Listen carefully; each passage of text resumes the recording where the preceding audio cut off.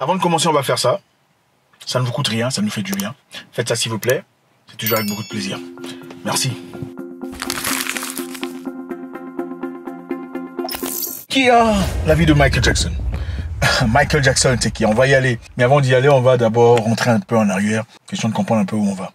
Vous savez, dans la musique, et dans le sport aussi d'ailleurs, beaucoup de personnes, malheureusement, après la musique et le sport, se retrouvent dans des conditions qui ne sont pas toujours appropriées. Et ceux qui réussissent le mieux sont ceux qui apprennent à investir très rapidement. Et investir dans quoi? On investit dans beaucoup de choses à la fois. On investit dans des histoires qui nous permettent de continuer à mener un train de vie adéquat. On investit dans des histoires qui nous permettent à garder, à gagner, à multiplier son argent, ce gain, ses richesses et tout le bazar. Il y a des gens qui nous inspirent beaucoup. Beaucoup de gens qu'on respecte d'ailleurs aujourd'hui sont des gens qui savent comment inspirer. On prend l'exemple simple de Jay-Z par exemple. Jay-Z n'est pas seulement musicien, hein. C'est un très bon musicien.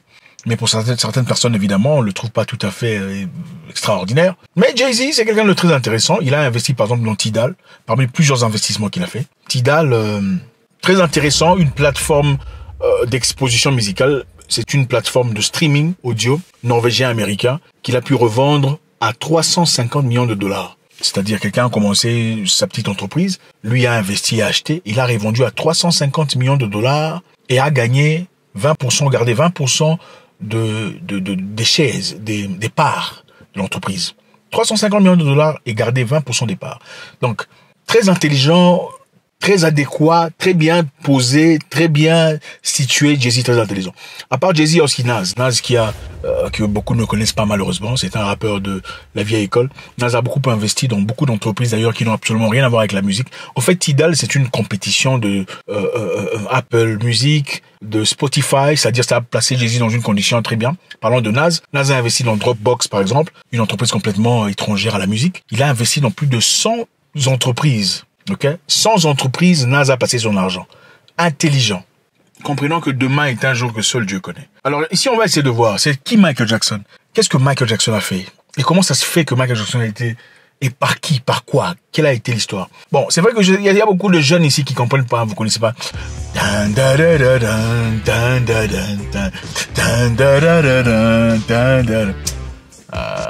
vieille époque.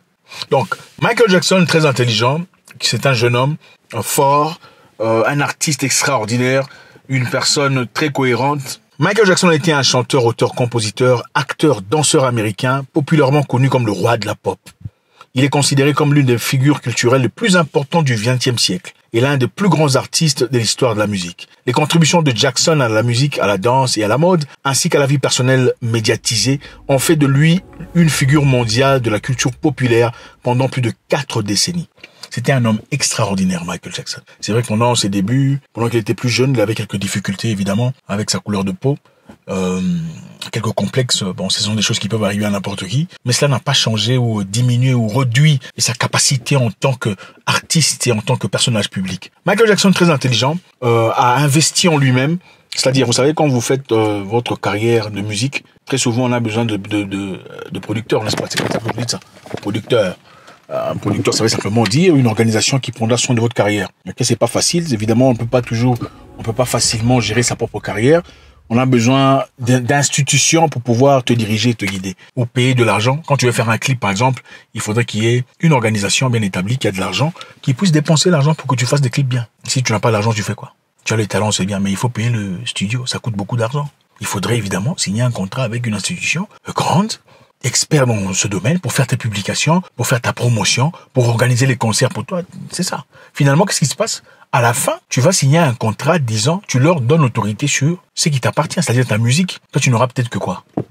15%, 10% de ce qui te vaut, de ce qui vient de toi. C'est eux qui gagnent. Michael Jackson était très intelligent. En 1985 déjà, il avait acheté ce qui lui appartenait. Donc, c'est-à-dire sa musique lui appartenait. Contrairement à beaucoup d'artistes que vous connaissez aujourd'hui, leur musique ne leur appartient pas. Il est artiste, on lui donne une grosse voiture, on lui donne une grande maison dans laquelle il peut vivre, il prend des photos, tout ça. Mais tous les revenus, les concerts, tout ça, la grande majorité de l'argent, c'est pas pour lui. Les disques, les albums, c'est pas à lui. C'est une petite partie, je sais pas, 5, 10%, ça dépend qui lui revient.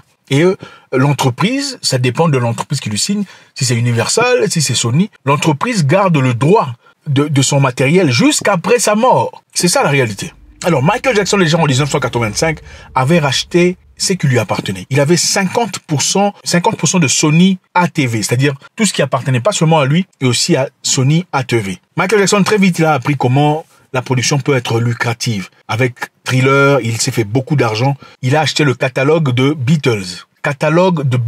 Pour ceux qui connaissent Beatles, c'est un groupe très proéminent, très fort, un groupe qui a explosé dans le passé, qui a fait beaucoup d'argent. Michael Jackson a mis son argent pour acheter le catalogue de Beatles à cette époque-là. Les gens ne savaient pas que ce catalogue de Beatles allait exploser encore davantage avec le temps. À l'époque, quand Michael Jackson a acheté ATV, il n'y avait que 4000 chansons. Aujourd'hui, il y en a plus de 6 millions. ATV / Sony. Parce que Sony a racheté ATV entre les mains de Michael Jackson, lui donnant ainsi le pouvoir d'avoir 50% de Sony / ATV. Donc, Michael Jackson, pendant qu'il faisait ses concerts, son tout dernier tour, tout ça là, pour finalement finir, il a fait un discours qu'il n'aurait jamais dû faire. Okay, un discours très dangereux, le même genre de discours que Kadhafi a fait, disant que l'Afrique va désormais commencer à trader avec le dinar et va écarter tout le monde. Le même genre de discours Michael Jackson a fait, disant mon contrat est fini avec Sony. Désormais, je suis libre et tout ce qui m'appartient m'appartient. I own half of Sony's publishing and I'm leaving them and they're very angry at me because of it. But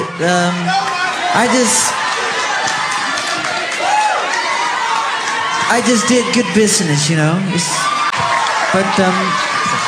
So the way they get revenge is to try and destroy my album.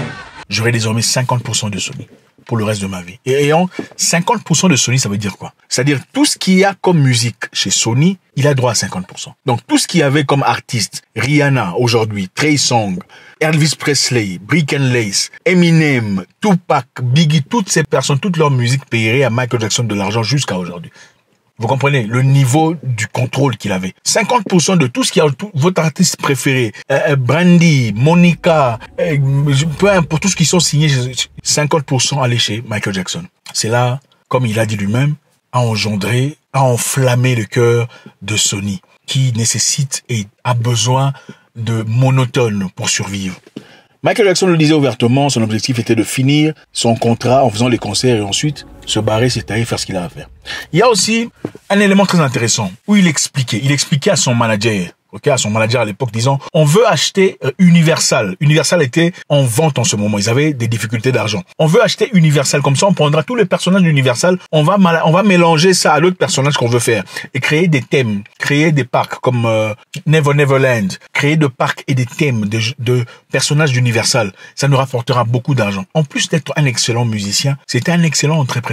Il avait bien compris. Et ce message-là, personnel entre lui et son manager, malheureusement, plusieurs années plus tard, retrouvé, tout ce que Michael Jackson disait à son manager, Sony a fait ça, Universal. Tout ce qu'il avait planifié, tout ce qu'il avait comme idée, comme pensée, les thèmes, les parcs, tout ça, Sony et Universal ont fait ça en collaboration. Maintenant, qu'est-ce qu'il fallait faire? Si Michael Jackson a 50% de Sony, et que ce qui reste à Sony n'est que 50% de ce qu'a Michael Jackson, qui est la compétition de qui? Et déjà qu'on sait que nous ne sommes pas en bonne collaboration, qui est la compétition de qui? C'est-à-dire, qui voudrait voir qui partir pour que qui garde quoi? Très intéressant d'y réfléchir. La finalité était celle-là. Il a commencé à dire, ils vont me... C'est pas moi qui le dis, hein. C'est lui qui le dit. Ils vont me... Sa sœur, Latoya Jackson, le témoigne disant, I truly feel that Conrad Murray is simply the fall guy. This was definitely something that was premeditated, that they had planned to do, and they planned to take my brother out, and my brother knew it, and that's why he told me repeatedly and repeatedly and repeatedly that this was going to happen to him. He explained it to me. He explained it's because of my catalog, which is my publishing, and they're after it, and they want it, and they want their hands on it, and they want to take it away from me. Michael Jackson me répétait tout le temps qu'ils disent qu'ils vont me...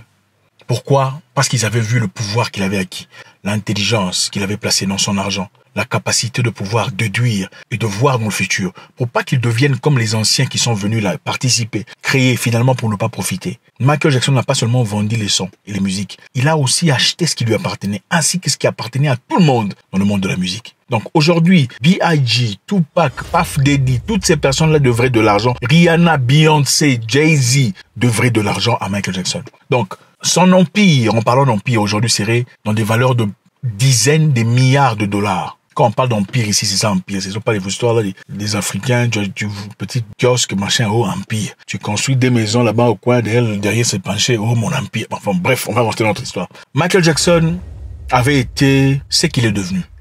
Évidemment, officiellement, vous savez comment il est parti, mais officieusement, on dit que ce n'est pas pour ça. Officieusement, on dit que la personne là a été placée dans des conditions intelligentes, malicieusement placée comme ça, pour que Michael Jackson je ne donnerai pas les détails, vous comprenez.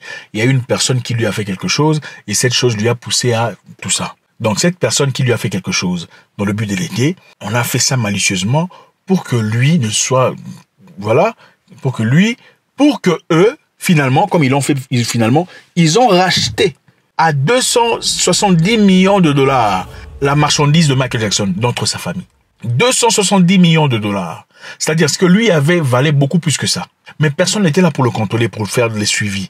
Et lui, en tant que vivant, aurait été beaucoup trop fort comme compétition à ces gens-là. Alors, la meilleure façon de procéder, c'est quoi? Que lui ne soit plus, comme ça on va racheter ce qui lui appartenait. C'est-à-dire, on rachète encore une fois les 50% qui lui appartenaient. Et on continue notre histoire. C'est la même histoire qui s'est passée avec Bill Cosby, pour ceux qui savent. Bill Cosby a dédouané NBC. Vous savez, vous connaissez NBC, ceux qui connaissent NBC. C'est grâce à Bill Cosby, NBC était dans des vraies difficultés, la chaîne de télévision, dans des vraies difficultés commerciales. Très endetté. C'est grâce à Bill Cosby et son show qu'ils ont pu dédommager, enfin, ils ont pu racheter NBC. Mais parce que Bill Cosby avait beaucoup trop de pouvoir, on lui a frappé tout ce que vous avez entendu là, oh, il a fait ça. C'était pour un objectif bien précis. Donc, ce qui se passe là, il n'y a pas d'honnêteté, il n'y a pas de clarté. On voulait lui faire passer une opportunité, tout ça, qu'il ait fait ou pas. Ça, ce n'est pas notre histoire. La question, c'est pourquoi maintenant? C'est pourquoi maintenant qu'on a fait ça? C'est parce qu'on voulait lui faire rater une opportunité de vie, pour pas qu'il devienne principal acteur dans ce secteur. Encore une fois, Michael Jackson, un artiste très intéressant, très intelligent, qui a compris pas seulement la musique, mais aussi le business. Il avait pris 50% de Sony, de tout ce qui lui avait, ce qui lui était dû à lui-même. Et pour 50% de Sony, il gagnait toute l'autorité sur tout ce qu'il y a comme musique, Misley, Justin Bieber, tout ce que vous avez aujourd'hui qui sort aujourd'hui, devrait lui appartenir. Mais on a fait une stratégie pour pas qu'il soit là, dans l'objectif de racheter ces 50%, pour que l'on continue, comme d'habitude, l'assujettissement de ces gens-là. Compreneur comprend. Malheureusement, c'est comme ça, on ne peut malheureusement pas tout dire comme ça, parce que, bon, vous avez compris comment ça se passe. Mais je pense que c'est important de comprendre comment le monde avance. L'argent justifie beaucoup de choses. L'argent justifie la guerre. Les gens font la guerre. On dit, oh non, arrête de faire ça, mais ils sont en train de vendre des armes. C'est eux qui vendent les armes. Si vous n'aimez pas la guerre, vous arrêtez de vendre des armes. Les gens font semblant d'être bien, mais en réalité, c'est eux. Les gens disent, on va éteindre le feu, mais en réalité, c'est eux qui ont allumé le feu. Et je pense qu'il est important que cette jeunesse comprenne dans quelle direction on va. Et pour comprendre où on va, il faut savoir d'où on vient. God bless.